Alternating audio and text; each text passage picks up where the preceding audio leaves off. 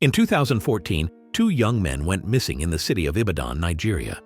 They worked as taxi drivers known as Okadas, which is a type of transportation business in Nigeria, where they transported people with their motorcycles. This is a very common type of business not just in Nigeria, but in many countries, since it doesn't cost much and most people don't drive, especially in big cities where it is almost impossible to drive due to traffic. One particular day, two young men had gone missing. It was reported to the police, but unfortunately, they weren't much of help, so the community decided to take matters into their own hands. They went searching for the young men, but unfortunately came back with no results, and the case was dismissed as they didn't have any leads. Later that year, on March 22, 2014, another person named Lanray went missing, but it was strange because this time he went missing while on duty. The Okadas usually knew each other since they were always stationed in some type of meeting point, almost like a depot, where they would wait until they got customers. One day, Lanray was late to the meeting point, so they tried calling him, but he didn't respond, and even his wife said that he hadn't come home all day.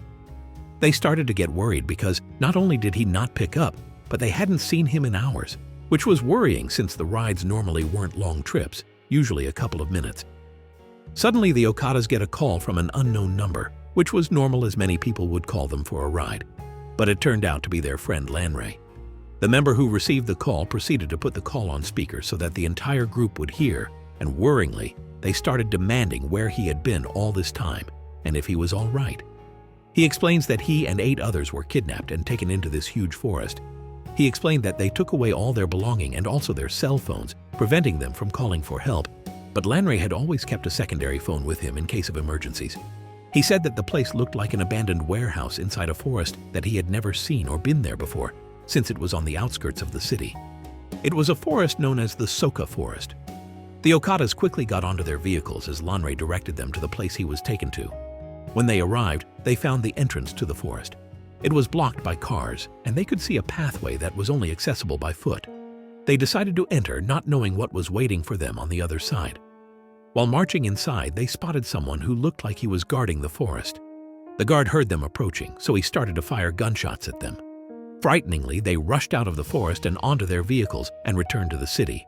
The group knew they couldn't just leave their friend like that, and they also knew that the police wouldn't be much of help due to a lack of evidence, so they decided to take matters into their own hands. They came up with a plan to return to the forest with more manpower, so they grabbed as many people from the neighborhood as possible. Fortunately, they succeeded in bringing close to 100 people. As they went back to the abandoned forest with aid this time, they expected some type of resistance like the previous time, so they brought weapons with them, but surprisingly, there wasn't anyone there guarding the place. They continued cautiously. They reached the end of the forest to an open land with a river, and across the river, they could see 2 buildings, and one, indeed, looked like an abandoned warehouse, just like Lanray said. One of the members noticed Lanray's motorcycle under the bridge, so they knew for a fact that he was here. They marched towards the warehouse-like buildings, where they found an entrance. One of the locals who came to help find the captives explained that there was another path to the forest, but it was never used by anyone, and the reason for that is because in the past 10+ years, there was this one black Jeep with tinted windows that entered every day around 8 p.m. and exited at around 10 p.m. The locals claimed that they often heard screams coming from there, but when they notified the police, they always just played it off and never took the locals seriously, and no one ever dared to go in there. They started to head towards the first building. The building looked almost like a storage area, so they decided to break the door and go inside to see if anyone was there, but they didn't find anyone. They found hundreds of clothes and body parts like hands scattered all over the place. They then decided to go to the other building. It was the building that looked like the warehouse and had a metal sheet that was covering a small gap that led inside the warehouse. The Okadas eventually barged in through the entrance, preparing to fight, but what they found was something much, much horrifying. They found people hanging by chains on the wall. Some people had missing body parts, like arms and legs. They started to free the survivors, who were 23 people, but strangely enough, they couldn't find Lanray. They remembered that Lanray had mentioned that he was in an underground prison-like area, and they continued to search for the place all over the forest, but sadly, they couldn't locate the place. They eventually contacted the police and begged them to dig up to a place to find the potential underground prison, but not surprisingly, they didn't seem to care much about the whole ordeal. Soon after, the city decided to demolish the warehouse, but the locals hadn't given up on their friend and continued to search for weeks. One day, while searching for Lanray, they spotted a suspicious man who was walking around. They confronted him and found the guy carrying a bunch of body parts like tongues. They questioned the guy, but he refused to respond, so they captured him and killed the guy. One of the survivors explained her story of how she was kidnapped. She explained that one time while sitting outside her house, a group of men pulled up to her in a van. These men looked like officials in the way they were dressed and talked.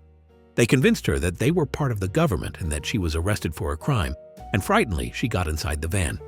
While riding in the van, they overheard the men talking, and she knew something was off, but it was already too late because she was guarded by 2 men on each side in the van.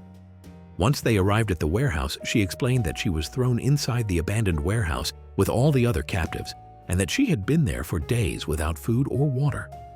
After the police did a few investigation, it turned out that the person with the black Jeep was a human trafficker and was kidnapping people to sell them for their body parts, which explained the screams the locals heard, as it was the screams of people being butchered alive and why the Jeep always came at night. The driver of the Jeep was never found as he stopped coming after the place was discovered. These types of human trafficking businesses are a very common thing throughout the world, and most of the time, they go unnoticed, and many abandoned factories are used just like the one in Soka Forest. In some African countries, many ritualists partake in some type of voodoo tradition where they use human parts. They believe that it would grant a longer life, wealth, and success, but human body parts were needed for that to happen. Like and subscribe for more videos like this.